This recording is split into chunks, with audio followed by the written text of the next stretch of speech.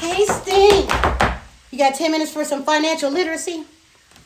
Really? Well, then let's go.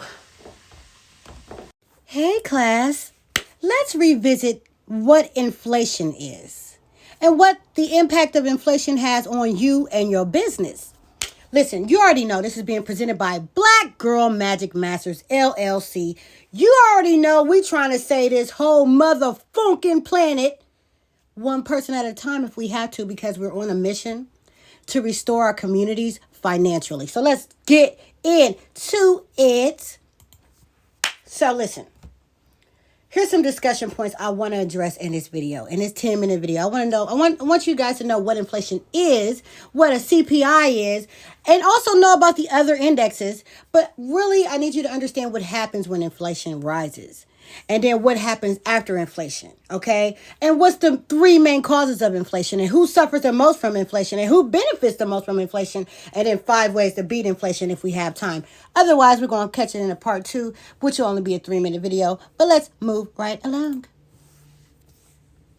What's inflation? Well, it's in economics, baby. Inflation is a general increase in the price of goods and services in an economy. Basically, when you own a business, the stuff that you selling goes up, right? So when the general price level increases or rises, each unit of currency buys fewer goods and services. Consequently, inflation corresponds to a reduction in your purchasing power of money. That $5 doesn't go as far as it used to. Now, the government, okay, see, what's a CPI? See, a consumer price index is a price index of weighted average market basket of consumer goods and services that are purchased by households. So the government literally looks at about 14,000 households and checks for any changes in the measurement of the things that they're buying, right? So the CPI is most widely used as a measurement of inflation, even though the government prefers the PCE. We'll talk about that later.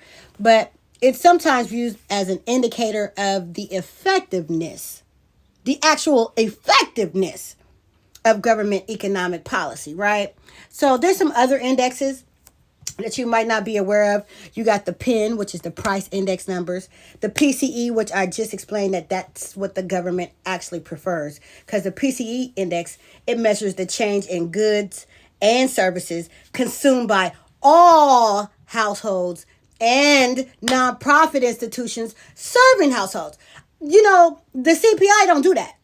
Not at all. So anyway, but then you have the PPI, you have the WPI, and you have the RPI.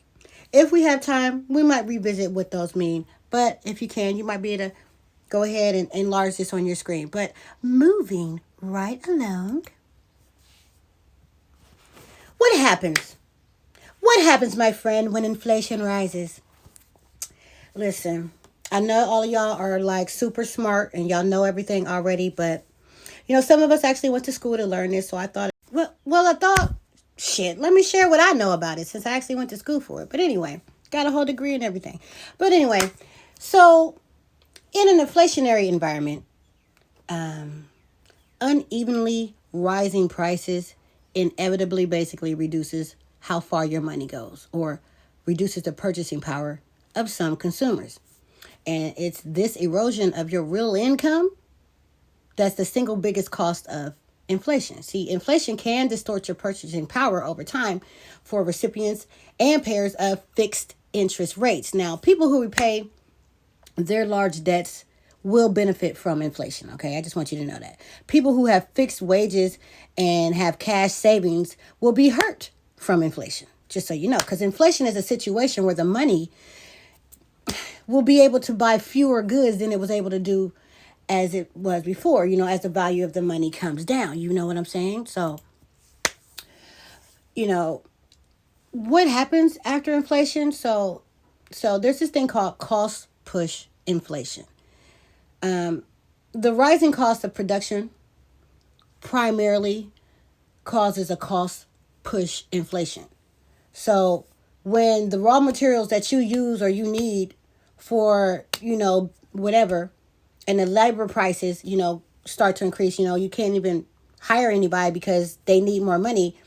There's an increased consumer price and it's reflected in the cost. And that's what we call a cost push inflation.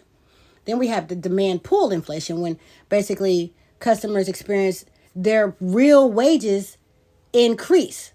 Okay. And then they spend more on stuff. And, because you got more money to spend on bacon, so you done bought a whole bunch of bacon, and then the increased demand across that wide range of bacon and products or whatever basically causes a demand push, okay? So the demand push goods to be a higher price as supply weakens, because if we buy up all of the bacon and you willing to pay $50 and $30, anyway, it leads to a demand pull inflation. Now, when people have unfavorable inflation expectations, due to the rise in price levels, that's when the Federal Reserve starts to introduce inflation targeting measures, like maybe adding some higher interest rates while advocating for lower government spending. I don't know how that works, but anyway, moving right along. Here's the three main causes of inflation, because as of October 2022, there are three main causes of inflation. That was the demand pull inflation, the cost push inflation, and the built-in inflation. Right? Now, we discussed demand pull and we discussed cost push, but that built-in inflation, which is sometimes referred to as a wage price spiral, occurs when workers demand higher wages to keep up with the rising living costs. I mean, it's a no-brainer, right? But this in turn causes businesses to raise their prices in order to offset their rising wage costs, leading to a self-reinforcing fucking prophecy of looping wage and price increases, which is not too good, right? But anyway, inflation occurs when people spend more on the same amount of goods and services that they were, say, a year ago. But when everybody's paying more and getting less for it, just less, it can have some profoundly devastating effects on the economy. And some people get hurt more than others. Which, next slide, let's break that down, okay? Inflation on businesses. Who suffers most from inflation? Now, remember, class, we might have to continue this video on a part 2, but I got you. Now, listen, who suffers the most from inflation? Retirees, because retirement funds are usually fixed and they don't accommodate the inflationary price increase trends. See, this means reduced real retirement income for retirees who possess cash or fixed income securities like bonds.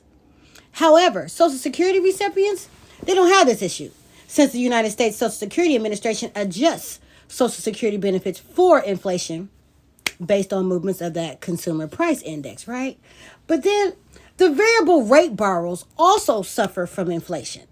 See, these variable rates are beneficial when general interest rates are low. However, high inflationary environments force central and regional banks, such as the Federal Reserve, to raise interest rates, thereby increasing the interest percentages of these variable rate loans.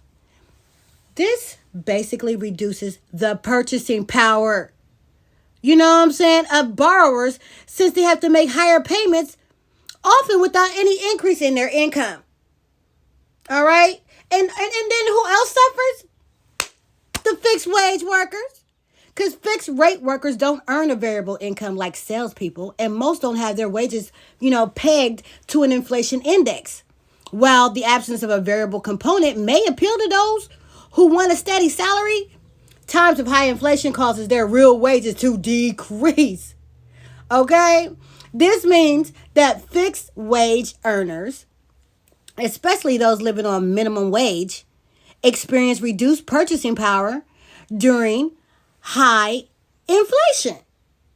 All right? So those are the people that are actually hurt by all of this inflation situations. The retirees, the variable rate borrowers, and then the fixed wage workers.